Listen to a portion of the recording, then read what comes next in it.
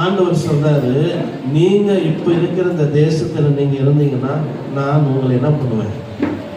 கட்டுவேன். எத்தனையோ பேர் வீடு கட்டாத இருக்கிறாங்க. அல்லேலூயா. எத்தனையோ பேர் வீடு கட்டாம இருக்கிறாங்க. ஆனா ஆண்டவர் இன்னைக்கு சொல்றாரு, நான் உங்களை கட்டுவேன். நான் உங்களை இடிக்க மாட்டேன். நான் இடிப்பதற்கு நான் வரல. உங்களை கஷ்டப்படுவதற்கு நான் வரல.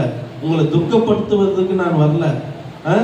ஒரு வார்த்தை சொல்லிட்டாங்கன்னா, ஃபேமிலிக்குள்ள பிரச்சனை, சொந்தத்துக்குள்ள பந்தத்துக்குள்ள சண்டை வந்துட்டு ஒரு வார்த்தை சொல்லிட்டாங்கன்னா, என்ன இந்த வார்த்தை சொல்லிட்டாங்கன்னு என் மனசே உடஞ்சி போயிடுச்சு சொல்றாங்கல்ல.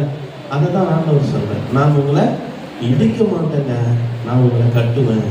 உங்களை நான் பிடுங்க மாட்டேங்க, உங்களை நான் நாட்டுவேன்.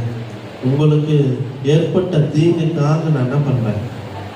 நான் ரொம்ப மனசு கஷ்டப்படுறேன். இந்த வார்த்தையை நான் சொன்னதுக்காக சாரிங்க. இந்த வார்த்தை உங்க இருதயத்தை ரொம்ப மனசு கஷ்டப்படுத்தி இருந்தா, நான் பேசின வார்த்தை உங்களை ரொம்ப பாதிப்புக்குள்ளாங்கி இருந்தா மன்னிச்சிடுங்க சிஸ்டர், மன்னிச்சிடுங்க பிரதர், நான் தெரியாம இந்த வார்த்தை சொல்லிட்டேன் அப்படின்னு நம்ம சொல்றோம்ல. அதே போலதான் ஆவியானவர் நமக்கு செய்த தீங்குக்காக என்ன பண்ணிட்டாராம்? ரொம்ப மன வருத்தப்பட்டு, ரொம்ப மன கஷ்டப்பட்டார். அல்லேலூயா.